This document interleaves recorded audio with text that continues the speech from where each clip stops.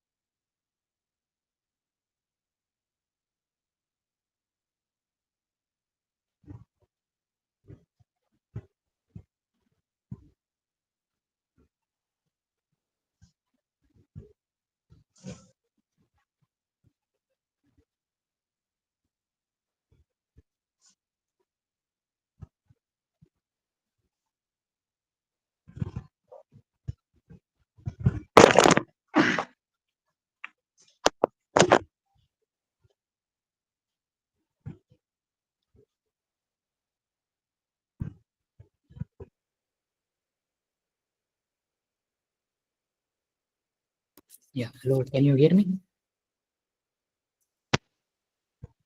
Yes. Yeah, thanks. So what I'll do today is I'll just go through a set of slides. So it's nothing different from what the prof has done. So, but I guess I've just collected the what I think are some of the essential formulas and concepts that we might need. Okay, so that's what I will do today, and I will be sharing these slides soon. So I won't be able to do everything today. So I have what with me this probability inequalities, the JL Lemma, LSH, and randomized SVD. I have parts of it. I don't have the full thing. The rest of randomized SVD and spectral clustering, I'll maybe do it tomorrow. Okay. So yeah. So can you see the screen? I hope you can see the screen. Yes, Okay. visible. Yeah. So what we are, I'll just quickly. So if you've joined just now, I'm just quickly going to run through whatever we need to know before tomorrow's Sunday's exam. Okay. So it might sound repetitive because there is only so much that is like extra that is out there, right? So yeah. Okay, one second. Someone is asking, we are in the live session. Is it about to happen? No. What live session are we talking about?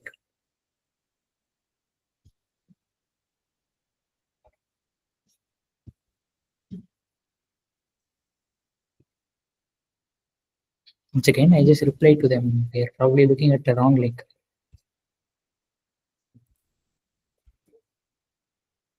Okay, yeah. So probability inequalities, right? So we have this. The first one is the subset inequality, which is if you face a subset of B, then probability of A happening is less than or equal to probability of B. So a very quick way to visualize this is think of two circles, the Venn diagram, right? So A is a subset of B. So you have this extra probability mass that is lying outside, right? So that is going to naturally increase the probability of B, right? So this was actually one of the questions in the exam last term, if I remember correctly.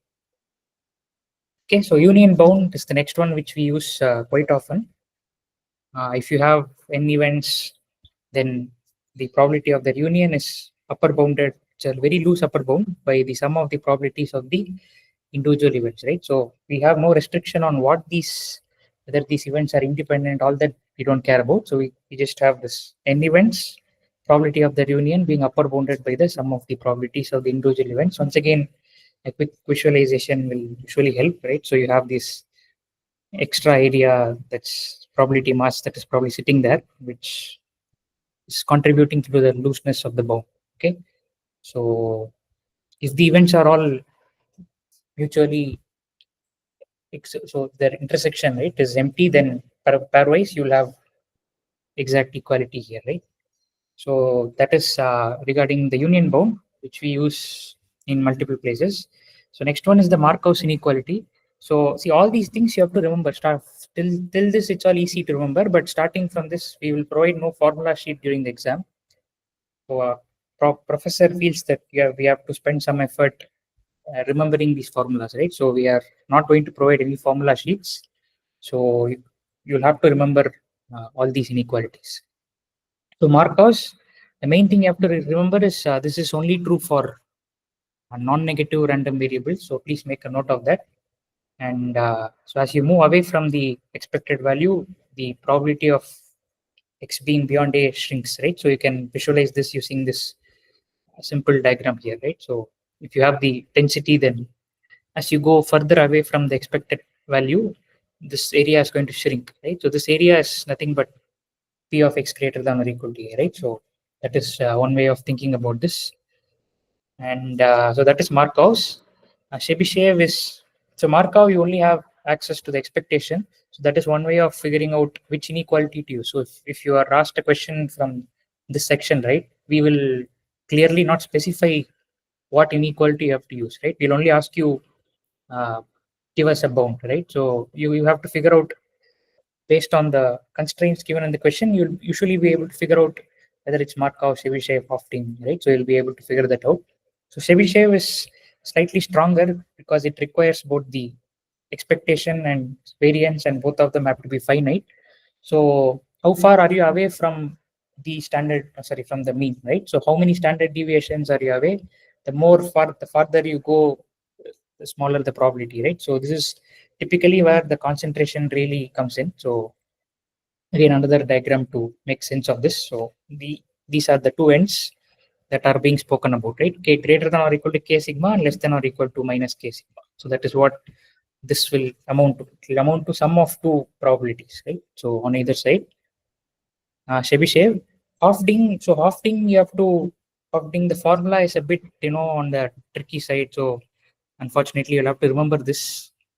No other go. So main thing here is that you have n independent random variables lying in some interval. So when can we use x bar as a proxy for the true expectation? You can use that provided this is quite small, right? So this bound is quite small. So the main point to note here, apart from memorizing this formula, is the relationship between n and epsilon, right? So as epsilon becomes smaller and smaller, the tighter you want the bound to be, so for that you make epsilon smaller, the price you have to pay is the number of data points, right? So if you increase n, so you'll have to increase n so that this doesn't go beyond one or become something meaningless, right? So increasing the data points, the more data points you have, you can kind of reduce this, right? So that is something you have to note.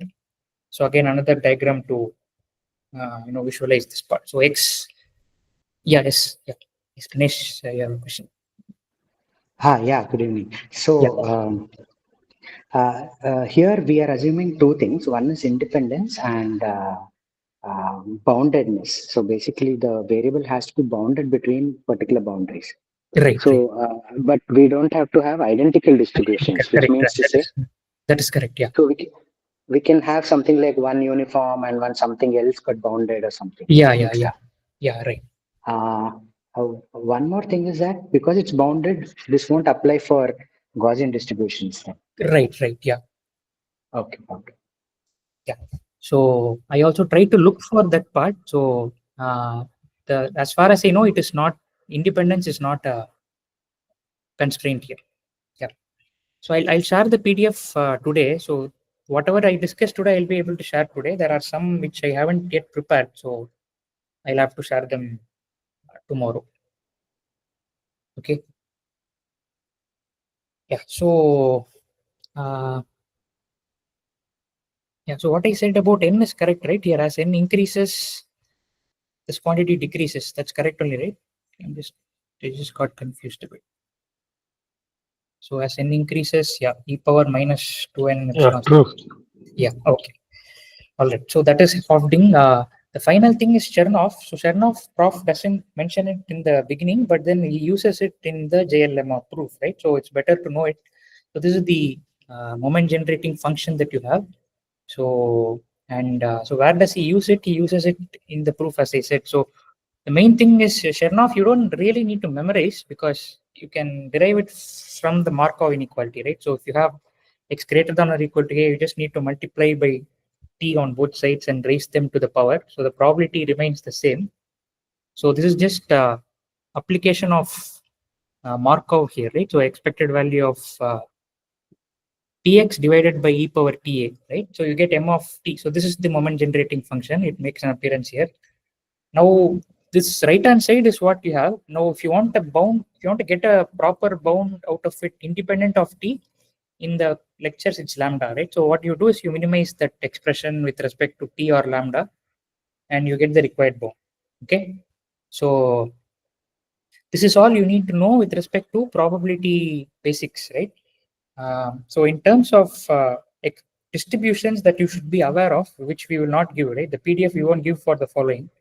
So Bernoulli you need to know, binomial you need to know. So Bernoulli, binomial, and geometric, since that was asked in the assignments, right? So these three are uniform, of course, right? So these four, as far as discrete random variables are concerned.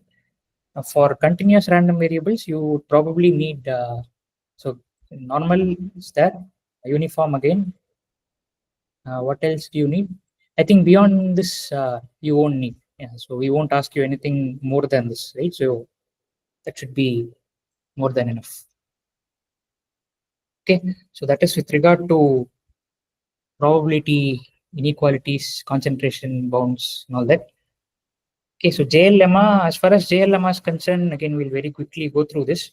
So what do you need for JL lemma? You need to know the statement of the lemma. That's perhaps the most important thing. So you have a data set of endpoints in RD. So your goal is to somehow come down to RK, right? So RK is less than D. Okay, the lemma states several interesting things. So one is the first thing you have to remember is it's a linear map whose existence it posits, right? So there is a linear map, and such that for all pairs of xi, xj, right? So this is another important point. The lemma doesn't say that it will reduce data points to a lower dimension, or it doesn't say that it will reduce all points in RD to RK, right? So with that distortion, right? What it says is for all n choose 2 pairs of points, this will be the level of distortion that is acceptable, right? So this is true for all n choose 2 pairs. Okay, so it is not true for some random 2 points in RD. Okay, so that's a point to note. So this is only true if for these exact n choose 2 pairs in the data set. Of course, it is true for every data set D that you can think of, there will be a map. So it's not like dependent on the, in that sense, it's not dependent on the data set, but then you have to be careful to note that this is true only for n choose 2 pairs. Okay, so there is always such a K, and that's the statement of the lemma. So please make a note of this exponent. So the exponent 2 is important, though you can take the square root and present an alternative formulation. In the exam, we will stick to this formulation. Okay, so whenever we ask you about distances, you have to make sure that the lemma actually states the constraints for distance squared. Okay, so please make a note of that. So that is the statement you need to remember. So this is all stuff you already know, right? So no isometry, meaning distance preserving map, doesn't exist, right? From RD to RK. And so the function f of x is nothing but just a linear transformation. So a times x. So it takes a data point x in RD and moves it to RK. And this is clearly not valid, as Prof discussed, for all x. So the distance is not preserved for all x. So you don't have an exact isometry. You therefore look for what we call approximate isometry. So you might also see the notation epsilon isometry. So you should not get confused with that, right? So epsilon isometry means an approximate isometry which allows a distortion of epsilon, right? So that's what we mean when we say epsilon isometry. Okay, so that is the approximate isometry. So the approximate isometry is again a k cross t map. So m times x. Now, what do we really require here? This is just the statement of the lemma again, where f of x has been replaced with m times x. Okay, so again, could be a source of confusion because we are used to seeing f of x in the lemmas, but then here it's replaced by m times xi. So slight simplification will help. So if you set m times xi minus xj. So sorry, if you set xi minus xj as u, it simplifies to this. Okay. So why is this simplification useful? It's useful because rather than looking at pairs of data points, you are just right now you're only concerned with some vector in Rd, which is u, and how that is transformed by m.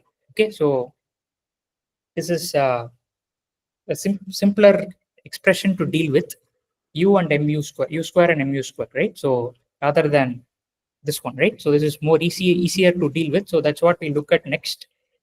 So how do we generate this isometry? So there is a process which you all know. So K cross D matrix is what we want. So you sample each entry of this R random matrix R from a standard normal distribution, right? So this is mean 0 variance 1. Okay. So M then is given by R by square root of K. Okay. So that is the epsilon isometry that we are going towards. Now, thankfully, what happens is on an average, the distance is preserved. Okay, so on an average, mu, the distance of mu or norm mu square is roughly the same as norm mu square. So this is good news because what we are looking for is somewhat approximately at least distances should be preserved. So this is good news. But then it's not enough if the mean is norm mu square, right? So the variance could be all over the place. It could be very high, which is where the concentration inequalities come in. Okay, so here we apply the concentration inequalities and try to figure out what the variance of this is. So there is a lot of proof that goes into this, right? A lot of derivation. What is essential for you to take away from all the derivation is the following thing, right? So the probability that this will norm mu square, the distance after transformation will exceed norm mu square by a factor 1 plus epsilon. That is what this is, right, on the left hand side. So this is bounded above. Okay, so that's the first thing. The constants are not important. You don't need to memorize this some k by 8 or minus k by 8, 1 by 8, something is there, right? So you don't need to memorize that exact exponent. But what you need to know is how it falls and what is there in the exponent. So the main thing to note is there's a minus k epsilon square sitting here, right? That's the most important thing here. So what this means is that this is m, right? So this, once again, this is how m looks like. So as you increase k, the bound is going to become tighter, right? So this is a bad event, as the prof says in the lectures. So this probability of this bad event happening is going to become lower and lower as you increase the number of dimensions in your reduced space. But that comes with a catch, right? So there's a trade-off there. If you can't just keep on increasing k, that would defeat the whole purpose of dimensionality reduction, right? So you have to stop at some point. So this is what you have to remember as far as that the whole derivation is concerned. Okay. So that's the approximate isometry. Finally, the lower bound. So for the lower bound, so far we have just looked at some random vector u, right? So now we have to come back to the data set. So the n data points. So the events of interest are this bad event happening for at least one pair out of the n choose 2 pairs, right? And you have this symmetric event on the other side where the bound is less than 1 minus epsilon norm xi minus xj square. Okay, here this is where the union bound comes in. So using union bound, you can. So you have already shown that for some arbitrary pair, this e power c minus k epsilon square holds. Therefore, using the union bound, n choose 2 roughly is n square. So you get these get added. So and you get n square e power whatever. Okay, and finally, the event that you are interested in is at least one point suffers a distortion greater than epsilon on either side, right? It could be less than 1 minus epsilon times this distance or greater than 1 plus epsilon times this distance. So once again, if you sum these two, this is what you get, right? So for this probability to be small, okay, so whenever k is greater than or equal to some constant times log n by epsilon square, you can claim that the probability of this happening is extremely small. Okay, so that is JL lemma, right? So this constant again is something that's subtracted away. So we won't be testing you on what that constant is. What is important, of course, here is that K is independent of the dimension of the parent space and only depends on n and epsilon square. So this is something. The second point, which is important, is the analysis is probabilistic in nature, right? So you have used randomness in showing that such a map exists, but then what you get finally is deterministic. Okay, so final function f, once you generate it, right? So that is some matrix k cross t. Okay, so and that existence is what we are claiming in the lemma. So that is something you have to be aware of. And if you have done the programming assignment, you might know multiple iterations may be needed before you can come up with an epsilon isometry. So it could be 1, it could be 2, 3. Okay, but according to the literature, this you don't have to do this for a very long time, right? You don't have to several iterations. Quite a few iterations, it'll hopefully you will be able to arrive at an epsilon isometry. Okay, so mx is linear, as we said. So what the function we are looking at is linear, and it takes order ndk for converting a data set of n data points from rd to rk. So this is just matrix multiplication, the complexity associated with that. Okay, so that is with regard to JL lemma. We can move on to LSH, right? Shall we move on to LSH? Yes, I think. Yeah. So very quickly LSH I'll do, and then randomized SVD we can. So LSH I have slightly more number of slides. Okay. So LSH, the main idea. So I'm not going to discuss all the motivation, the order, time complexity analysis the prof has done. I'm hoping you know all that already, right? So the main thing is you want to find an algorithm that runs in sublinear time, right? So a linear time algorithm is, of course, brute force nearest neighbors, where you query every single point, right? So that is already there. But then you need sublinear algorithm, meaning you don't want to query all the endpoints, but then it's okay to tolerate some false positives along the way and lose out on small set of true positives, right? That is fine. So in this case, for example, we are querying 1, 2, 3, 4, 5, 6, 7 points, and we are able to get most of them. We are losing out on 2 true neighbors, and we are like calling 3 others as 3 strangers as our neighbors, right? So that is okay, right? So in general, what we want is very fewer points, but make sure you are able to recall as many as the true neighbors as possible. Okay, so recall is nothing but true positive rate, right? So sublinear. So the sublinear here will stand for low false positive rate, because if you have more false positives, your running time is going to increase, right? You are going to unnecessarily look for those points, as compute the distances for those points. Recall is again just another term for true positive rate. Okay. So neighbors and strangers, this is not actually explicitly mentioned in the lectures, but this is what you should assume in all the subsequent videos, right? So there is some ball of radius r within which you all the points are called your neighbors, right? If q is the query point, and there is some ball of radius, say 3 times r or 4 times r, beyond which the points you call strangers, right? So unfortunately, prof also doesn't say anything about these points in between. And from what I know, at least the books or literature that I have referred to, I was not able to find anything significant on this part, right? So what happens to points in between is something that is still unclear. But yeah, so this is with regard to what we are going to call true positives. So these are our true positives, and these are our true negatives, right? So these are negative positive points, so to speak, neighbors and strangers.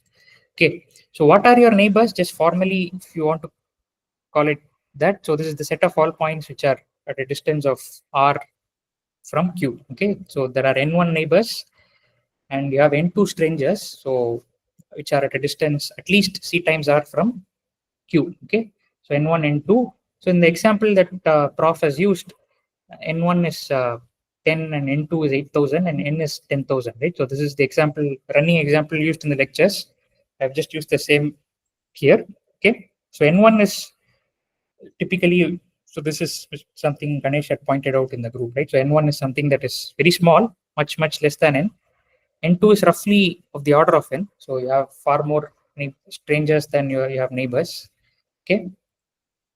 So this is an important definition. So RC P1, P2 sensitive hash family. We won't give you the definition during the exam. Okay. Once again, you'll have to memorize. So please don't mix up the order of P1 and P2. Okay. So you should know that P1 comes before P2. P1 is bigger than P2.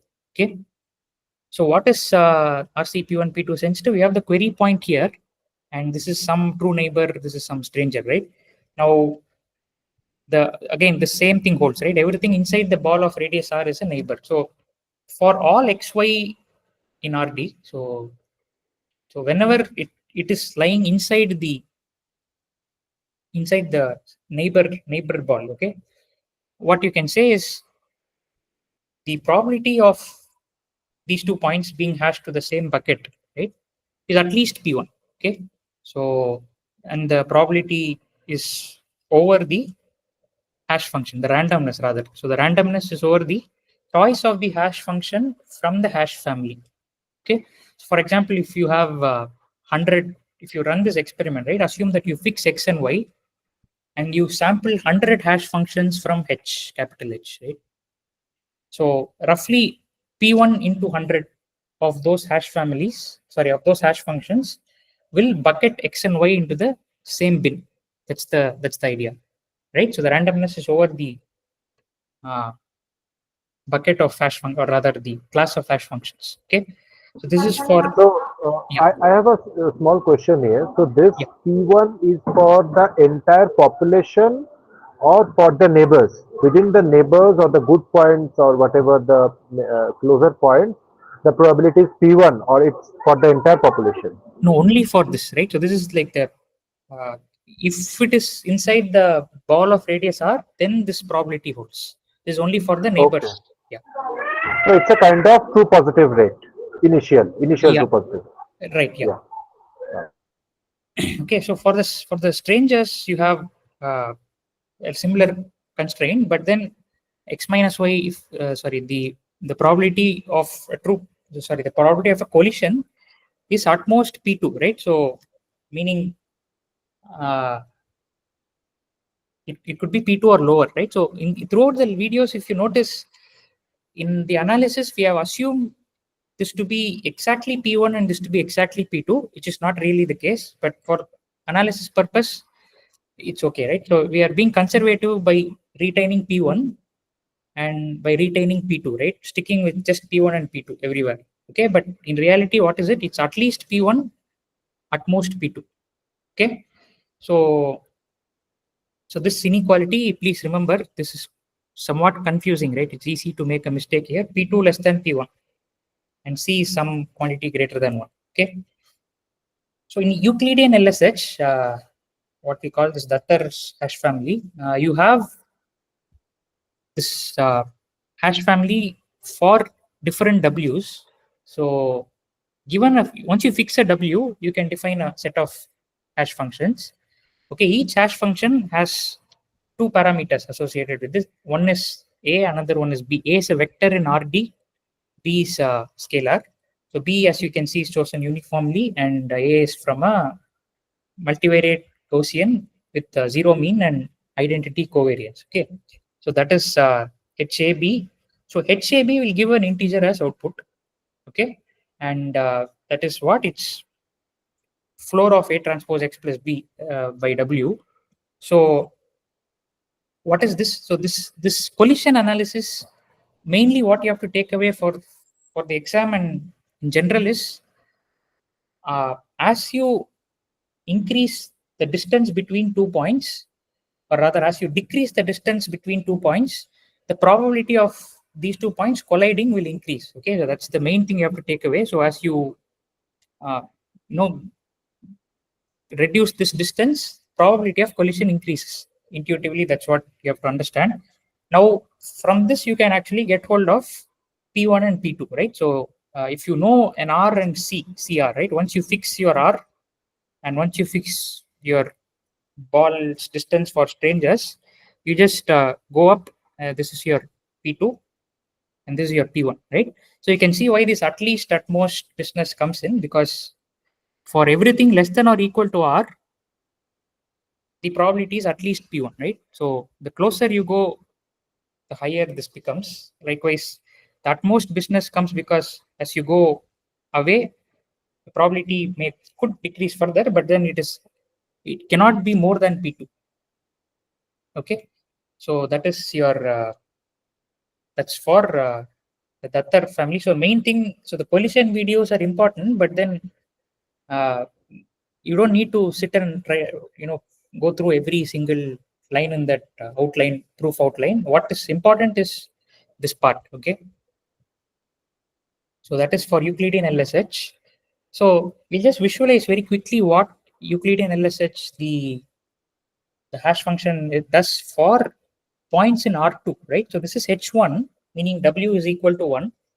And if you look at some hash function from H1, right? Let's say you have sampled a hash function from H1 and it has A being 1, 1, B equal to 0, right? B is uniform 0 W. So you could end up with 0. And likewise, you could end up with the vector 1, 1 when you sample from a bivariate Gaussian in this case. So what is A transpose X plus B by W? Okay, the floor. So what are the regions which are going to collide? That is what we are going to look at. Okay, so this is the function. So these are the boundaries that you have to be aware of. So what are these boundaries? So what I've drawn is, first of all, I've drawn A. Right? A is 1, 1. And this will be A transpose X plus B equal to 0, right? So this is B 0. So therefore, this is just x1 plus x2 equal to 0, right? So this is A transpose X plus B equal to 0. And this is A transpose X plus B equal to 1. So W is 1. Therefore, I'm not mentioning the denominator. So this is A transpose X plus B equal to 1. This is 2. Likewise, this will be minus 1, minus 2, so on and so forth, right? So that's what I have written here. These are these lines. Yeah. Yes. Yeah. Yeah, about B is usually a uniform distribution between 0 and 1. Yeah. Between 0 and W, basically. Yeah. So, Right. if you're choosing W to be 1, will we have that second line at B equals 2? So this is A transpose X plus B by W equal to 2, right? Now, depending on X, right? Depending on what the point is, it could be hashed to any place, right? Any place in this plane. So yeah, sorry, what I'm trying to say is the value of A transpose X plus B by W depends on X, right? X also. Yes. So actually, when you were saying out, it seemed like B equals 2. So that's why I asked. It's okay. Now I understood. Yeah. So yeah, what we are trying to do is we are trying to visualize the regions which are regions in R2. So I should have added this somewhere. So we are for this visualization, right? D is equal to 2. So we are looking at points in R2 and seeing the regions where collisions happen. Okay, so that's the idea. So now this is what will happen. So if you look at A transpose X plus B by W, it's 0 for all points on this line. It is 1 for all points on this line. So if you look at the floor of A transpose X plus B by W, for anything in between this region, it will be 0. Okay, so this is A transpose X plus B by W will be some fraction here. It will be greater than 1, less than 2 here. Okay, so in this entire region. So all these points are going to collide. Okay, so all these points are going to collide. So this is something you'll have to keep in mind. So what LSH does to at least this family, what it does to points in R2.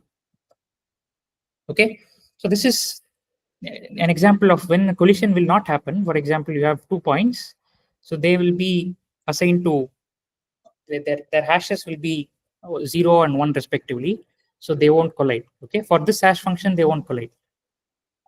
for this hash function, they will collide, right? So for example, this is y equal to 1, y equal to 2, right? So this is 0, 1. So A transpose X will be 0x plus y, right? So it will be of the form y by w equal to something, right? So it's y equal to constant. So these are like lines parallel to the x-axis, right? So this, in this case, collision occurs because the entire region is going to be hashed to the same bucket. Okay. Another case where collision happens. So this is slightly different A. So for this, in this case, collision happens. Okay. So this is the idea of single hash function from this hash family, right? So effect of width. So you also need to know what happens to. So width is an important hyperparameter. So if you look at the lecture, the last few minutes is about choosing W, right? So how do you understand the effect of width? So this is W equal to 1, and so if you decrease or increase W, what happens? If you increase W, then you are giving more space for values in the numerator, right? So there is a wider region for the collision to happen, right? So increasing W increases the chance of collision. Okay, decreasing W decreases the chance of collision. So already these 2 points are not colliding in this case, but if you decrease it further, then it makes it very hard for points in general to collide. Okay, so the effect of W on collision is that decreasing width makes collisions harder because you're making the grid very fine, so that is going to make collisions hard, right? So that is the effect of width. Okay, now we go back to whatever is covered in the lecture. So you have true positives, false positives, the example that Prof did. So this is N1 into P1, N2 into P2, right? The true positives. And remember, N1 number of neighbors, N2 is the number of strangers.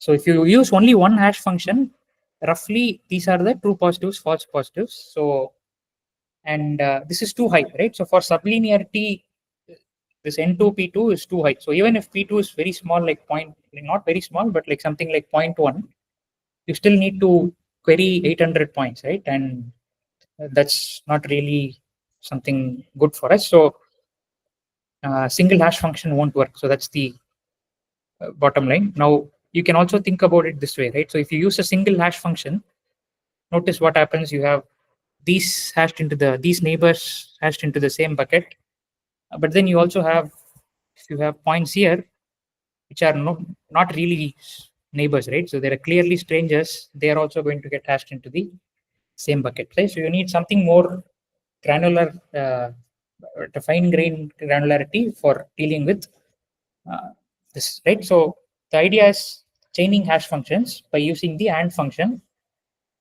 So you sample k hash functions from the same hash family H, and then you chain them together, and you say that a collision happens only if the hash functions agree on all the k hash the hash vector, so to speak, are equal, right? Are equal for both x and y. So every single one of them should agree between x and y. Okay, so that is a collision. So very quickly, so what does this mean in terms of this region? So this is like the hash function that we already saw. Okay, now you are adding one more hash function, so that will produce these regions. Okay, so when is a collision going to happen? When the hash values agree for both h1 and h2, right? So that would be, say, something like this, right? So the entire region that is marked in orange will be a region where h1 of x equal to h1 of y, and h2 of x equal to h2 of y, or rather g of x equal to g of y. Okay, so this is what collisions are. So for example, it could be, let's say, -1 2 -1 2. Okay, so that is collision. So if you are using only AND to chain together hash functions, the probability of this collision is p1 per k, p2 per k. So the true positive rate is p1 per k, false positive rate p2 per k. You know this from the lectures. Okay, so I'm not discussing this in any detail. So the main idea is that and makes collisions harder. Okay, so this should be obvious, right? So more hash functions you add, the harder the collisions. That is what makes FPR go down. Okay, and naturally the true positive rate also goes down because collisions. The moment collisions are hard, it is going to be hard for both the neighbors and the strangers, right, to be hashed into the same bucket. So it's going to affect both. So to alleviate this, we introduce tables and or between the tables. So the tables are what? This is like, you can think of this as a L cross K matrix, right? So each row is one hash vector and there are L such hash vectors. So we call each of them tables. So for a collision to happen, there should be at least one table for which the hash vectors exactly match. Okay, so there is some L from L going from 1 to L for which the entire row should match. Okay, so if that happens, then we say there is a collision. So what is a table? So this is a table. Whatever we saw earlier was one table. This is another table. Okay, so table is what is H1, H2, H3 till Hk. In this case, H1 and H2, right? This is some H1, H2. This is some H1 prime, H2 prime, making up the second row. Two different hash functions. So in this case, at least one table, there's a collision, right? So table 1, in this case, there is a collision. There is no collision here, but that's fine.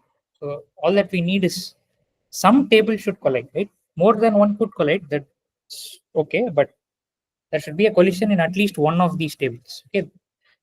So in fact, that is what we call a collision. Okay. So the formula for TPR, FPR, Prof has discussed. So that is something very important. You have to remember this. So yeah. Yes. Question. So is there any hypertuning for if I want to check for two or multiple table or something like that, or it is just any one of the table for this? Any one of the tables. So that is how we define collision. So that's how we have defined collision. Exactly, Okay. not exactly, at least one. Okay, thank you. Okay. Yeah. Yes. Yeah. Finish.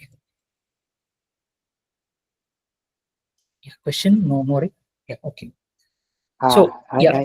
I have a sorry, my audio Yeah, was yeah. off. I have a doubt in the table collision. So at least two tables should have the exact same sequence. You said, right? At least one table should have the exact same sequence, right? So, so by meaning one row, at least from both these should be the same. Among, let's say we have 5 tables. 1 to L is 5. Let's say we have five tables. So among the 5 tables, at least 2 tables should have the exact same sequence. Is that what you mean? One table, right? At least one table. So you have 5 tables for g of x and g of x, not g of x. So you have 5 tables for x, 5 tables for y, right? All right. Okay. And one from one table. of the table from each group should. Okay, Yeah, the corresponding table should collect. Yeah. So for example, table 3 from here and table 3 from there. Okay. So when they do collide, we are looking at the same set of hash functions. Yeah. Okay, got it. And one thing also I would look at clarify that like we do and to minimize the false positive rate, and we do or to increase the true positive rate. Is it right? Is my statement correct? Well, see, we make, so we have and to make collisions harder. Okay, and for making collisions harder is our goal, right? Yes, yeah, to reduce the false positive rate. But then in the process, the true positive rate also suffers because whenever you make collisions harder, it becomes hard in general, right? Not just for the false positive rate alone, right? In that perspective. So or makes collisions easier because you're relaxing the constraint and saying that, okay, see, if you have only one table, right? If you have only one table, you go back to the previous case. So L equal to 1 correspond to the first case. Now what you're saying is that you have, like, say 10 tables or maybe 20 tables and you want at least one. So therefore you are making collision easier. So the question is, is there a trade-off? So clearly they work in opposite directions, right? So the question now is how can they combine together tables and this k, right? The number of hash functions in a table. How can they combine and make TPR high and FPR low? So that is the main catch. Yes, yes. Thank Yeah, you. so that is possible. So these are some graphs. Okay, so these are actually interesting graphs that you can quickly plot. So in this slide, I have plotted TPR versus K. Okay, meaning as K increases, what happens to the true positive rate? Okay, let's first look at this. So each curve here corresponds to different values for L. So this is using only one table. Okay, so using only one table, you see that. So first of all, the first thing you see that as K increases, collisions become harder. Therefore, TPR is going to decrease. So that much is clear, right? No matter how many tables you have, when you increase the number of entries in each table, the collisions are becoming harder. But then you have to look at the trend upwards also. So as you increase the number of tables, collisions become easier. So that also is there. So this is like the topmost curve is for L equal to 5. Bottommost one is for L equal to 1. Okay. And now you can try to figure out. So for what value of K and L will you have a reasonably good TPR? So for example, say if K equal to 5 and L equal to 5 gives you something around 0.9, right? So things like that you can think about. So corresponding plot for TPR versus L, right? So as you can see, if you increase the number of tables, collisions are going to become easier. That's why TPR is increasing. But then if you increase K, so collisions should become harder, right? So K should go down this way, which is what you see. So this is the direction of K. Okay, so something similar holds for FPR. So as you increase K, collisions become harder. So false positive rate goes down. So that is there. And then if you increase L, false positive rate goes up because once again it becomes easier to collide. Same thing here. So if you increase L, false positive rate increases because collision becomes easier. And then the K value once again. So increase K, it becomes harder to collide. So false positive goes down. So that is the idea. So all this has been done for 0.8 P1 and 0.2 P4. Yeah. Yes. Yeah, you can go ahead. Yeah, Ganesh. Can you just show the previous graph? Yeah. Yeah, these two graphs were really helpful because clearly the relationship between FPR and K is exponential decay, whereas TPR and K is not exponential decay. Right. So that means that's why this works. So when we increase K, we bring down FPR a lot, and by increasing L, we have a similar effect on increasing TPR and FPR. Right. And FPR is climbing from a very low level because of the K. So that's why I think FPR first and then TPR next also. Right. Yeah, that makes Great. sense. Thank you for these graphs. I think I found a intuition here, like if you are like tightening your examination process, so the right candidate anyway will get through, but the bad candidate will not get through. So it's that kind of intuition, I should put it here. Right. Yeah.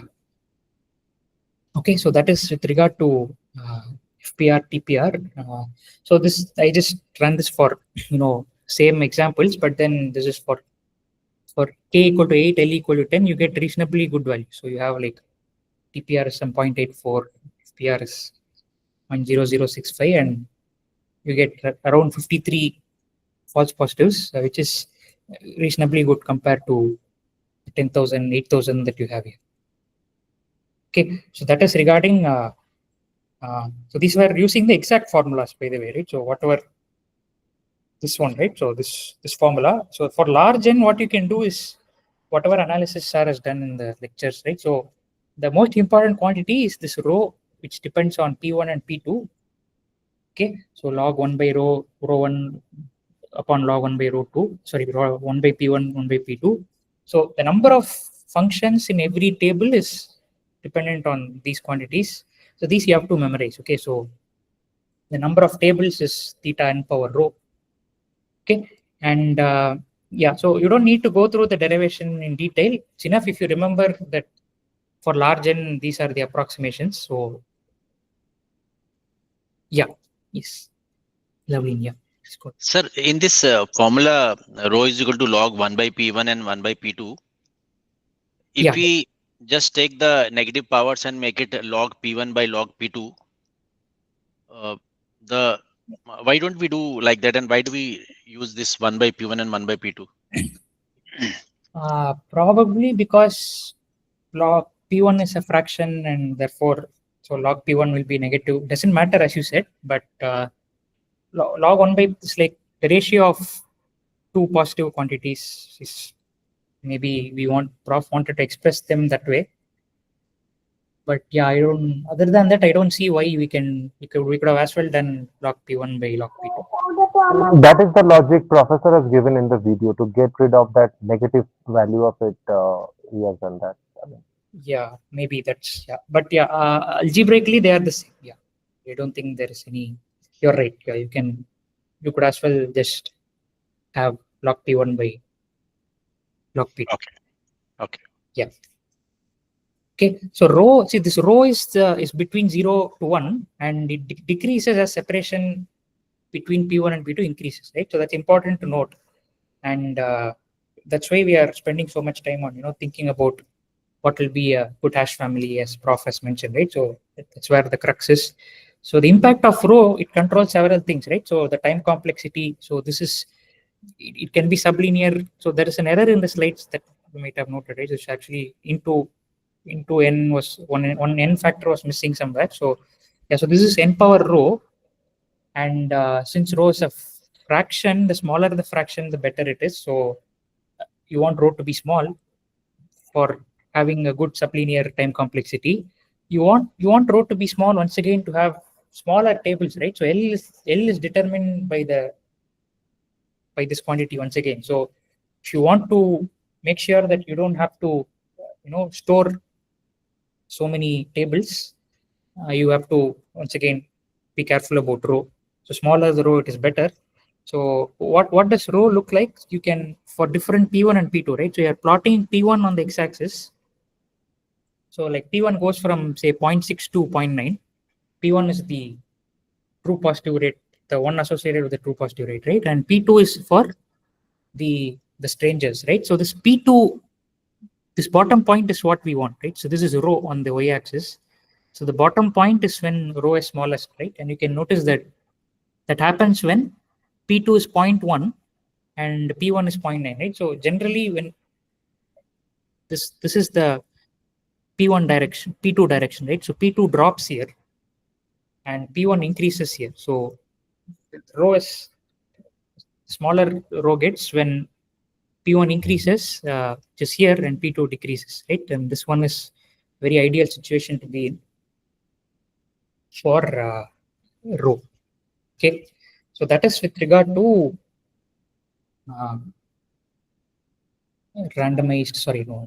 locality sensitive hashing. Okay, so next is I don't have the complete set of slides for randomized SVD, so we'll discuss the SVD recap part, and then we'll finish.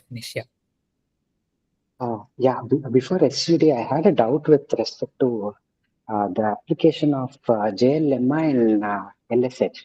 So there is one analysis that Prof does about that NDK for JL Lemma, and then when we want to apply the k nearest neighbors on a reduced base, it is like that reduced dimensions from D to K. It is much more easier. Right. So my question was that we are basically using approximate neighbors for tasks like classification and regression. So we are familiar with the classification part of the nearest neighbor algorithm much more, right? Right. So, so we want to give membership of a new point to a particular class based on the what the algorithm has learned. Right. So when we apply let's say JL lemma for a large dimension data set D, the lemma says that when we reduce it to the space K, it only applies to the set of points that were there in the data set D. Right, right. So now if we do JL lemma and then use LSH and all on top of that, we are acquiring a new point, right? Yeah, good This point. Q Yeah. was never a part of the original data set. Yeah. So exactly. So this question I also had in the morning today. So I think Prof mentions that you increase instead of there is some safety factor that you build into your K so that it will work for slightly larger set of points, right? So assuming that let's say you have 100 query points that might come in, then you factor that in n, right? So instead of doing it for n plus 100, you keep that in mind and find a K. So, but then if you use it as an online algorithm, right? Let's say where queries keep coming in, I don't know, that will surely break down, right? So for example, if you get 10 requests every day for 100 Right. days, I don't know how JLMA will hold up. So yeah, I don't have an answer. Okay. Yeah, we should ask the prof. Yeah, should ask. That's one other question we have to ask him. Okay. Yeah, but that's a valid concern. Okay, so I'll share whatever I have for randomized SVD. I don't have much at present, but for the recap of SVD, which is like very important considering tomorrow's Sunday's exam. So please be very thorough with SVD. Okay, so that is one hint I can give you. So what is SVD? I'll just discuss SVD today mainly and the low rank approximation, and then tomorrow, in case you're all available, we can do one more for the actual randomized SVD algorithm, power iteration, and then spectral cluster. Okay? So that we'll do tomorrow. Yeah, so this is the usual statement of SVD, M cross D in the lectures. Maybe I'll change this, M cross N. So you have two orthogonal matrices on either side, so U and V, and then you have a diagonal-like matrix sitting in the center. So you need to know about three singular things, right? So one is the left singular vectors, that is that they make up the orthogonal matrix, M cross M matrix. So U transpose U's, right? So an orthogonal matrix is what? It's a matrix whose columns are orthonormal. So that's an orthogonal matrix. So each one is here a left singular vector, and then you have the right singular vectors, so n cross n. So v1 to vn. So these are the right singular vectors, and then you have the singular values. So you have r of them, which are positive, where r is the rank of the matrix. So they're all positive. They could be equal, but mainly they are positive. And then you have the remaining, which are 0. So the number of singular values are going to be minimum of m comma n. So if you have a 30 cross 50 matrix, then it's going to have 30 singular values. And if its rank is 10, you'll have 10 of them to be positive. So that is the main statement. So the left singular, so these are some important properties that you would need to know. So the left singular vectors are eigenvectors, which are all orthonormal eigenvectors of A transpose. Okay, so A transpose, if you do it, you'll get U. So U sigma transpose U transpose, right? So that's the decomposition of A transpose. So these are the left singular vectors are eigenvectors of A transpose. Right singular vectors are eigenvectors of A transpose A. And so how do you get the singular values? So they are the square roots of the singular, so the eigenvalues of A transpose A or A transpose, right? So the positive singular values, that's how you get them. And there are R such positive singular values, right? Where R is the rank of A. So these are all important to know. So proof is, it's nothing much here. So you can kind of use the SVD to see that you'll have eigenvectors in the columns. 9 o'clock. Sorry, the columns of U and eigenvalues in the, eigenvectors of A transpose A, the columns of V. Okay, so that's a way to remember what the eigenvectors correspond to, right? So that is that. So please make a note of this. These are all important. So it's the sum of rank 1 matrices. So this decomposition we'll be using quite frequently. So you can decompose A. So it's just the expansion of the SVD in terms of rank 1 matrices, right? So if you expand this as a sum of rank 1 matrices, this is what you'll get. So each matrix here is rank 1. So you have the sum of R rank 1 matrices and so AVA is sigma I UI. You have a similar expansion for A transpose. So it's VI UI transpose. So A transpose UI is sigma I VI. Okay, again rank 1 matrices. Okay, so where is this going to get used? So it's going to get used in the low rank approximation in defining it. So before that, you have what is called a spectral norm, or sometimes the operator, it's also called the operator norm. So there are other norms for matrices, but this is one such matrix norm. And as the SVD helps us find that matrix norm, right? So it's the largest singular value of A. That's the matrix norm. So there's also a geometric interpretation to it. So what is the matrix norm actually? It's the maximum amount by which A can stretch a vector. So if you look at vectors in Rn, right? So if you Rd, so if A is m cross D, then what is A doing? A is like transforming vectors from Rd to Rm, right? So what is the norm associated with the matrix A? The maximum extent by which, okay, so this is wrong. So actually there should be a norm here. Sorry, so I'll correct that. So there should be a norm of X. Okay, so the maximum extent by which A can stretch a vector. So that is what this matrix norm actually is. Okay, it's sigma 1, the largest singular value.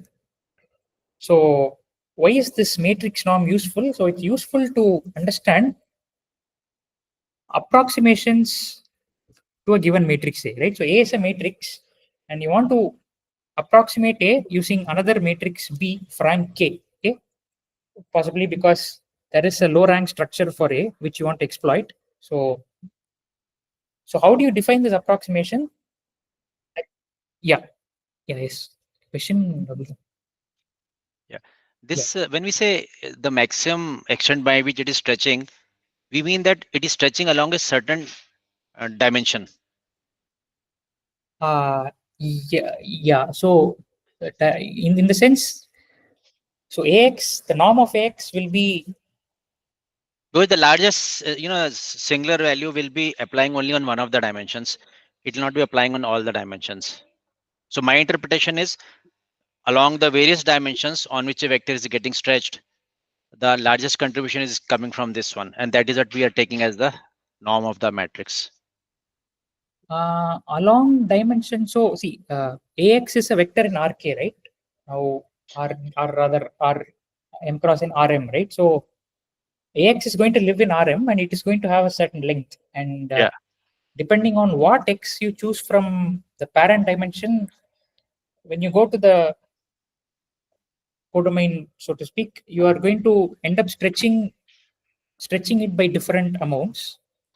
So there will be some direction. I don't know if we should call it dimension, right? So there will be some the direction. Yes, direction is the right thing. So this is for a specific direction, not the overall thing. Because similar stretching will happen along every direction. Similar stretching. Because every singular value is going to stretch it along the corresponding direction. Okay, so this is more of the matrix stretching the vector X, right? Yeah. So there will be some direction which results in more and some direction where it is resulting in less. Correct. So there will be one direction where it is the maximum, right? Okay. So the norm is essentially the scaling factor of that direction. Yeah, the matrix norm is essentially the extent by which the matrix can stretch a vector, the maximum extent by which it can stretch. So this is kind of easy to understand if it is 2 cross 2, for example, right? So a matrix, if you can think of it this way, just give me 1 second. So let's say in a 2 cross 2, along one of the directions, it is stretching it by 3, and along the other directions, it is stretching it by 2. So the matrix norm will be 3 in this case. But the overall stretch of the vector will actually be 6. It will not be 3. Okay, so what I'm trying to say is, see, if you have a unit circle, right? So there's a unit circle. Now, we are looking at all points on the unit circle, right? So we are looking at points on the unit circle. And what we are asking is, what happens to AX? So for example, this is, we take a vector here, say, so this vector is there. So sorry, this is like sitting on the unit circle, and this becomes maybe some other vector, right? So this is X, and this is norm X, right? So this is like, sorry, this is AX. Now it's getting stretched by this much, right? Now the question is, among all the vectors on this unit circle, what is the maximum extent by which you can end up stretching a given vector? Sir, this vector is getting stretched along two directions. Okay. Along Lavlian, you can imagine the circle to be transformed into an ellipsoid, in which case Yeah. the largest radius would be represented by the maximum singular value. Exactly. And Yeah. then So the shortest radius would correspond to the smallest singular value. yeah, exactly. And all the other vectors would be somewhere in between. So in this case, it's a rank 2 because it's a two-dimensional thing, right? So there will be only two singular values. In which case, the shorter radius would correspond to the second singular value. No, that part is clear Yeah. to me. My question is, it is not the amount by which a vector is stretched. It is the stretching along the specific direction. The maximum, yeah. Yeah, along the So, maximum direction. So it is not the overall stretching. It is a stretching along the maximum direction. Yeah, Because so we are considering only one of the singular values. We are not considering other singular values. Yeah. So so yeah, go on. okay, so let's put it this way. I think what we're talking about is stretching of a single vectors versus stretching of all possible vectors, right? So No, here the no. confusion is coming from, I think, all possible vectors on that unit circle that Karthik mentioned. If you apply A to all of those vectors, they'll get stretched into an ellipsoid, right? The maximum that any of those vectors can be stretched is given by the largest singular value. This is my understanding. Correct. Because Yeah. it can't apply to a single vector. Yeah. No, Yeah, every exactly. vector will be scaled by same amount. Every No, right? vector will be scaled by the same amount. No. Why do you expect all vectors to be scaled by the same amount? Because that's the job of a matrix. If whatever is the determinant, that tells you by how much amount that scaling is happening. Not necessary, right? For example, if you have a projection matrix, projection transformation, that's going to collapse some vectors to 0, right? Okay, So okay, yes, that's right.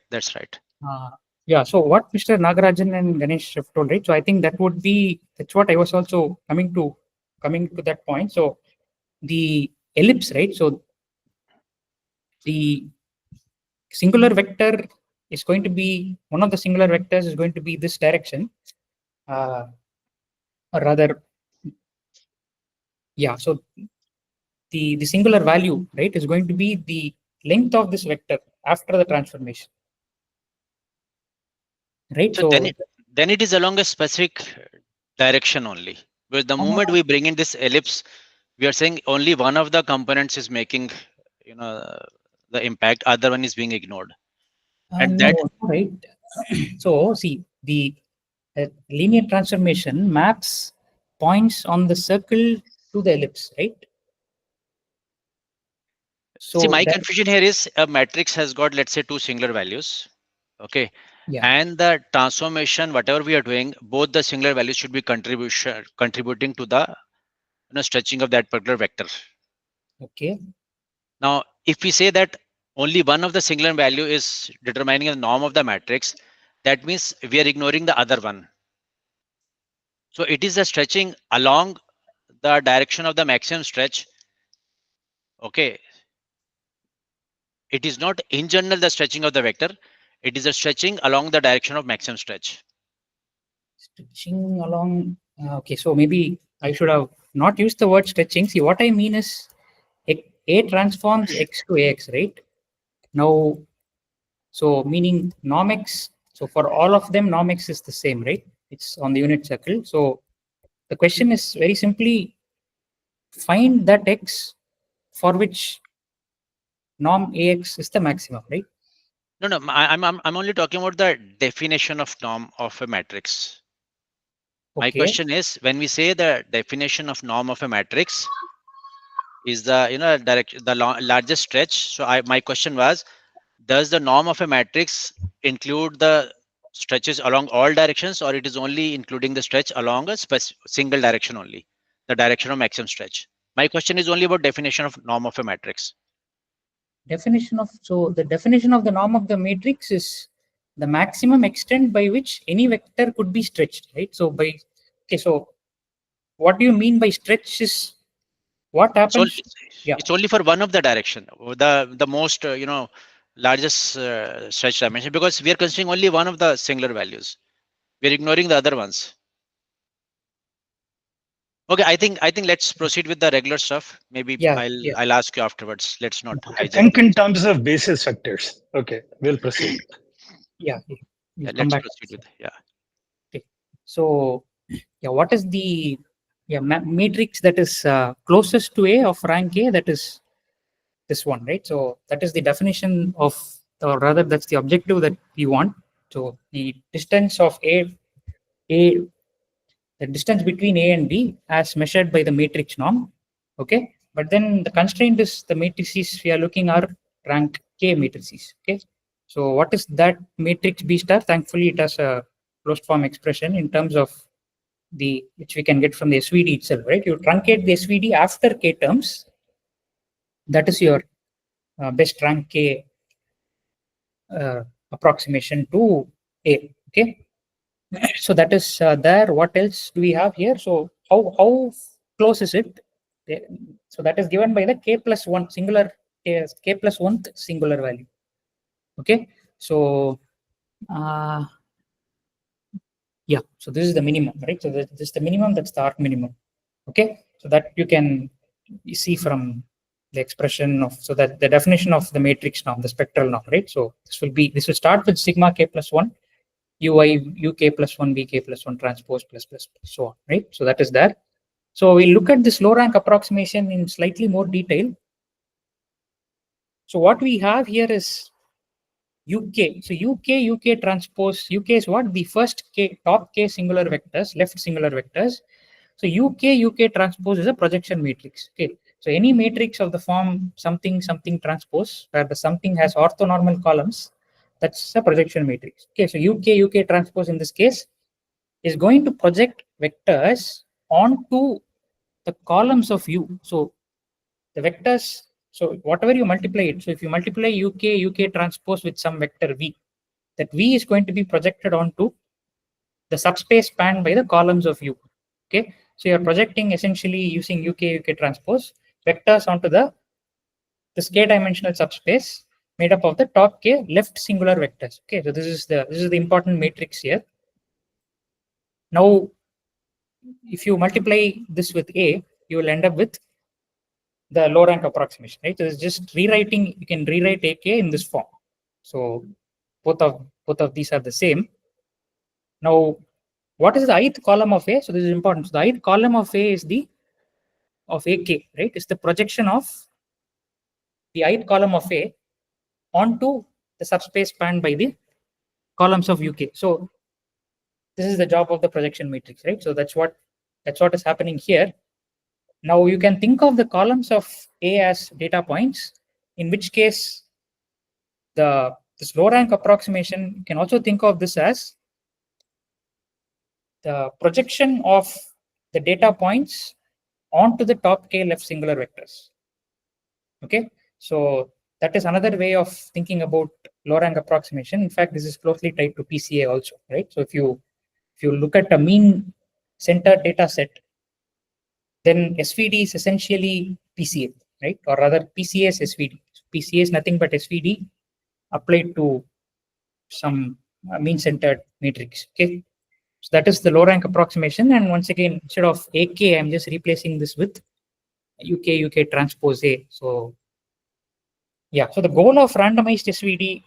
So this is all I have for today. I haven't prepared the rest of the slide. So what is the goal? The goal is going to be to approximate this k-dimensional subspace. We are going to start with that, and we'll be calling that Q right now. So our job is to find out this Q, do the SVD for Q transpose A, which is like a smaller matrix, K cross D matrix rather than M cross D matrix. So once you find out the SVD for Q transpose A, you can multiply Q with the U tilde to get hold of U hat, right? So that's the whole idea. Now you do that, and the rest of the things follow, right? So that is where I'll have to stop today. So tomorrow I can cover the rest of the parts. Okay, any questions you have? If not, we can maybe discuss that SVD part and close.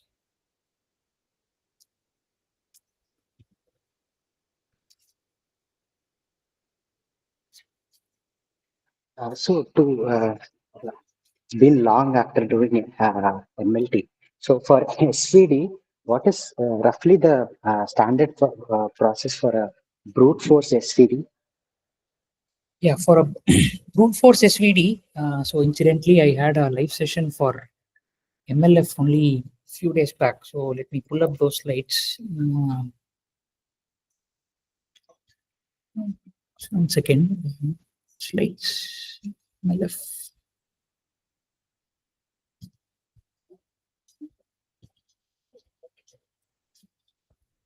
Okay.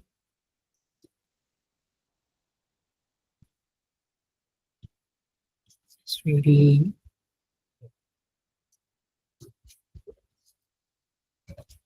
Okay, so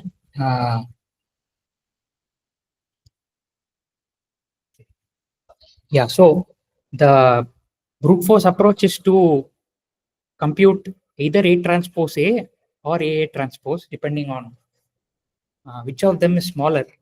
So you start with A transpose A, for example here, and then you'll have to find out the eigenvalues of A transpose A.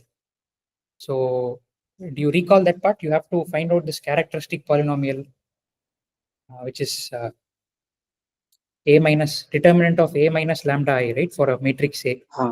Yeah. You mean calculation of eigenvalues, right? Calculation of eigenvalues. Yeah. We set A minus lambda I to 0 and then solve for lambda. Exactly. Yeah. So that is eigenvalues. Yeah. So that is A trans. So you do that first for A transpose A, and then the corresponding eigenvectors you find out. So that will be the. So these will be the singular vectors of, in this case, right singular vectors. So if you do it for A transpose, you would get the left singular vectors. So you get the eigenvalues of A transpose and the left singular vectors. So depending on which one you choose, you'll get right or left. Then you find the singular values, which are the square roots of the eigenvalues. So root 24, root 6, root 0 in this case. So the square roots of the eigenvalues of A transpose A are the singular values of A. And then you then find out the left singular vector. So once you find out the right singular vectors, you can find out some of the left singular vectors using this formula, right? So AV, so this formula we just studied here, right? So AV is sigma U.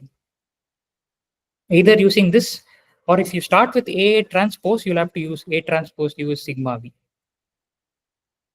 So that is how you arrive at left singular vectors, and then you have U sigma V. So you put U here, V here, sigma here. Yeah. Okay. Got it. So basically, there's no way but to solve all these characteristic polynomial equations which grows Right. grows yeah. which So grows what, very high. yeah. So what you could do is okay. So I can't say anything more than this. What you should know is, that's why I spent some time on this, right? So this is a very useful decomposition. So is the proof, right? So if you look at these properties, so this is also very useful. So A transpose A. This is sigma transpose sigma.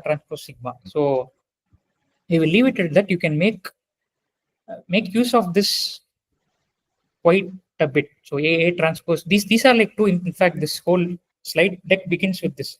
So A transpose A and A transpose are the most important matrices with respect to SVD, right? So if you can get hold of A transpose A and A transpose and study some of their properties, that should be good enough for you to figure out sigma and also remember this part, right? If you are not able to extract the SVD from either of these equations, then I'm afraid you'll have to resort to A transpose A, the entire process, where numerically you estimate the whole thing.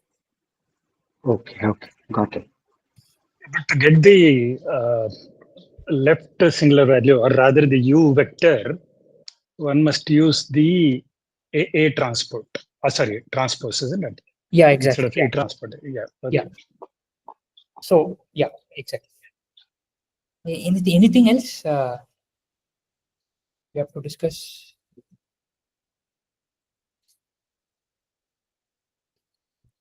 Okay, so if not, we'll meet again tomorrow. So shall we meet at 9 o'clock or 8 o'clock? When do you want to meet?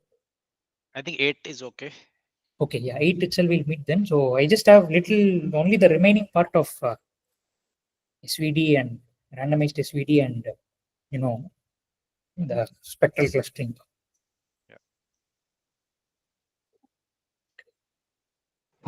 During tomorrow's discussion, maybe a bit more on the Gram-Schmidt process would be helpful. It's been a long time. Okay. Yeah. So sure. Yeah. So this much I can tell you, so we can discuss it. Yeah, sure. You can spend some time. Sir, there. should we expect in the quiz questions which involve computation of all these steps? So there, it's a bit tricky. So I won't say it is not needed, but the need might also arise. So there is a way. See, there is a way of finding it without having to do all this computation. If you are able to figure that out. But So if if we not, understand the concepts and the properties, you're saying we will be able to do it without the brute force calculations? yeah, without the exactly, yeah. Okay. Okay, fine. That makes it easy. Yeah. Thank you. Yeah. So one hint. Yeah. Yeah. Sorry. Yes. Please go ahead. Sorry to interrupt. One question was there on previous this thing. It's on singular values. So it asked about the distribution of singular values. Right. That was Very concentrated. It's concentrated around a very small area. All the singular values of high dimensional matrices. But that I couldn't find any related discussion in the lecture. Yeah. No, that is slides. we removed that question from grading actually because we figured out we ourselves didn't have the answer to that. We asked that question, but we were actually not able to. So there is something called Wishart distribution or something. I don't know, some crazy distribution. Yeah, some Pasteur distribution, some Pasteur distribution or something. Because n/Pasteur distribution. That's what I found from searching, but I never come across that. No, that is like it has a very deterministic bound on the as n tends to infinity. There's a very tight bound on the range of singular values for large matrices. So it's an interesting theorem, but then I think it's completely out of our discussion. Yeah. Correct. Yeah. I think the easiest way to understand that, I mean, I also had to look up, is that a random matrix what do you say? It has energy which is equal in all directions, right? I mean, if you use that matrix to transform a vector or another matrix, the stretch is equal along all directions. So its number of singular values, or rather unique number of singular values, are going to be less, is what I understood. Maybe Karthik can actually, yeah. expand So on that. I see. That question was very tricky. I still till now I don't know exactly what the answer to that is. To be honest, I didn't. I mean, a while ago we discussed that when we talk about the singular values, the matrix actually uses the singular values to stretch, the vectors in a in a particular basis along different directions, right? Right. For a random matrix, there are not many singular values in the sense that almost all the singular values are equal in value, because when you apply that matrix to transform another set of matrix, all of them get equally stretched along all directions, which sort of gives a hint that the singular values are of very equal values. So that Yeah, is I why think the you put, distribution. yeah, I think you gave a very good intuition. I forgot that it is only for random matrices. Now it makes sense. Yeah, you're right. Like as you grow n, the chances that one singular value will be much different from Yeah, you won't have wide range of theory, singular you values. end up with Yeah, very small. Yes. you won't have a wide range of singular values. Right. I think, yeah. Yeah. So, Correct. That thing about stretching was good. yeah, so this was what so Vivek, so it's actually a question that Vivek had said, other instructor, right? So he had visualized, see, the main intuition that he had come up with was each column is a random vector drawn from, say, standard normal Gaussian, and exactly similar reasoning that you had mentioned, right? That no direction is, but if you draw from a so standard normal multivariate Gaussian, no particular direction is suitable, right? So you'll have a point cloud that is roughly spherical in nature, and the energy is kind of the same in all directions, right? So All directions. that is what that's the idea that behind the question. But I don't know we ended up deleting, removing it from grading because we were not. Yeah, it's too hard for a quiz, right? During the quiz. Yeah, I mean, too hard for a new concept on a quiz. That's all. So if you teach, I mean, probably if you teach it as a part of this, lecture somewhere, maybe then people would have to know. Right. So I don't know what you're going to tell me about Sunday's exam. Anyway, we'll see. So let's. Okay. Let's hope. Sir, you were about to share a hint. Yeah, hint is So, So what the main hint is? Please read all the questions. I mean, this is like maybe all of you do it, but see, there are going to be hard questions in the paper. Okay, so there In is. 5 minutes, ಮುಗ್ದೇ ಹೋಗಿದೆ ಒಂದು hints ಕೊಡ್ತಿದ್ದಾರೆ ಅಷ್ಟೇ. Okay, so yeah, so there are going to be hard questions because it's an MTech course. Okay, that's the way we justify it. But yeah, so there are going to be hard questions. So what I would suggest is please don't get stuck in any one question. Okay, so ensure that ಇಲ್ಲ. you go through every single question, attempt whatever you are like thorough with, and then you can get lost, you get yourself You can get lost. dirty with other questions. So please take this very seriously, right? Because He said you can get lost. okay, so right, I didn't mean that. So I meant getting lost in the question. So yeah, so please take a note of this. I know some of you do it, but it's like more of a warning for this particular exam because it is hard. Okay, not to scare you. I don't mean to scare you, but please, even if it takes 5 minutes, go through every question. There are going to be like quite a few comprehension based questions. So make sure you attack those which you are absolutely clear about. Okay. Yeah, will there be a lot of numericals? No, there won't be numericals. No issues.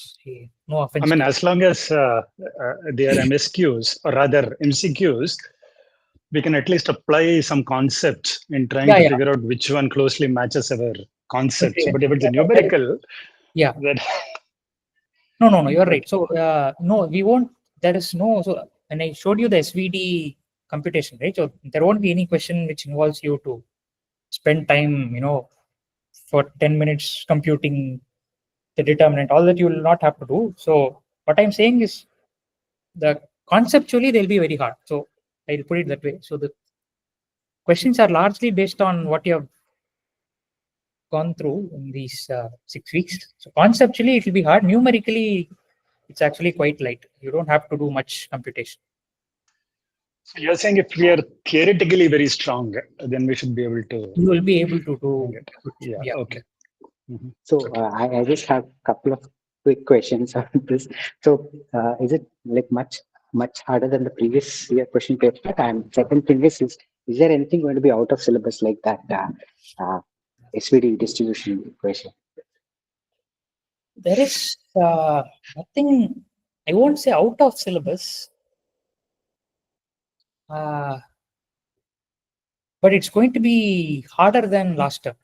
Okay, so that much I can say. Let's see. So it's not to scare you. So don't worry too much.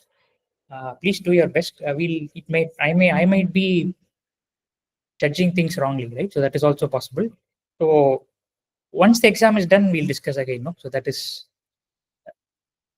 probably better. But I'm just, without giving away anything, I'm just telling you what you should probably be doing the exam.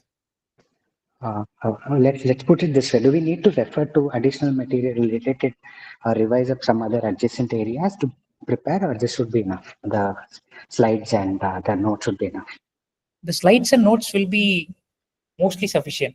So no, nothing outside the syllabus for sure. So you don't need to worry about that. So there is one question just like slightly out of syllabus. So I'll check with the other instructor to see if I need to provide any hint before the exam, meaning tomorrow. If not, then that wouldn't be needed. But yeah, so nothing outside the syllabus per se.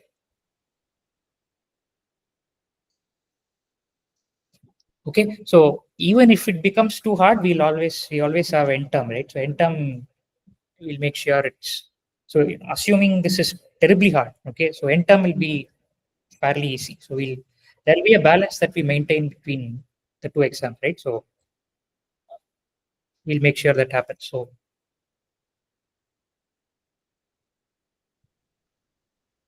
okay, yeah, I hope I haven't scared you. Okay, all right, yeah, so thanks. Yeah, we'll meet again at 8 o'clock tomorrow and close the remaining 2 chapters. Thank you, sir. It was a very, very intuitive explanation of all these concepts. Really thankful for that. Thank you. I think the best parts is the notes, isn't it? Yeah, the notes is very neat, very good summary of the entire thing. And today's discussion was really good, especially some of the graphs to understand FPR and TPR. Right. Yeah. So yeah, I'll add so I have made the suggestions that you pointed out. So I'll upload the. So there are some points parts which are missing from the notes also. I should maybe mention that. So there are 2 things that are missing. One is randomized SVD is completely missing from the notes. So I should probably add a section on that. That is also part of the syllabus. So not randomized SVD, power iteration. So power iteration is. Oh yeah, power iteration is missing. Yes. Yeah, power iteration and this whole effective resistance bit. So whatever is missing is something that I myself didn't understand. So that is why I didn't add that. So power iteration I should probably be adding by tomorrow. This effective resistance, it's very hard to ask any questions. That's why we effective resistance usually we don't test. So meaning. And should we by heart all the formulas? Which ones you mean? I mean all of them. all of them. So the concentration inequalities, yes. The JL lemma statement, yes. The JL lemma matrix R by root K, yes. Yes, yeah. So, and then the bounds. So whatever I shared today, right? That P of the probability is e power some minus K epsilon square. So it will be useful to know that it is minus K epsilon square because, yeah, right. So K increases, this decreases. So for all that, it is useful to know. LSH, you must know what RCP1, P2 is, right? For sure. What is a Dattar style family? You must know that won't be given. So A transpose X plus B by W floor. See, TPR, FPR, the actual formulas, please memorize them.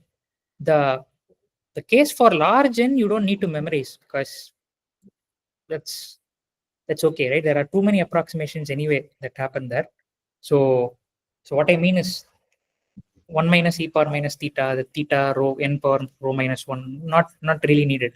So TPR, FPR, the actual formulas, right? So 1 minus P1 power K whole power L, that is intuitive. You can, even if you forget, you can derive during the exam. So those things, if you know, that's good enough. And Yeah. of course, the distributions you mentioned in the beginning. Yeah, the distributions. Exponential, binomial, Bernoulli. Yeah. So spend some time on understanding the geometry of LSH. That will be useful. So whatever I shared today, right? Whatever plots I showed, not the plots, how LSH part like looks like for R2. That other style, how does it look for R2? So that will help. Yeah, more than that, I will end up telling something I should not tell. So I will stop here. Okay. Sure. Thanks, Karthik. Thanks. Thank you, sir. Yeah.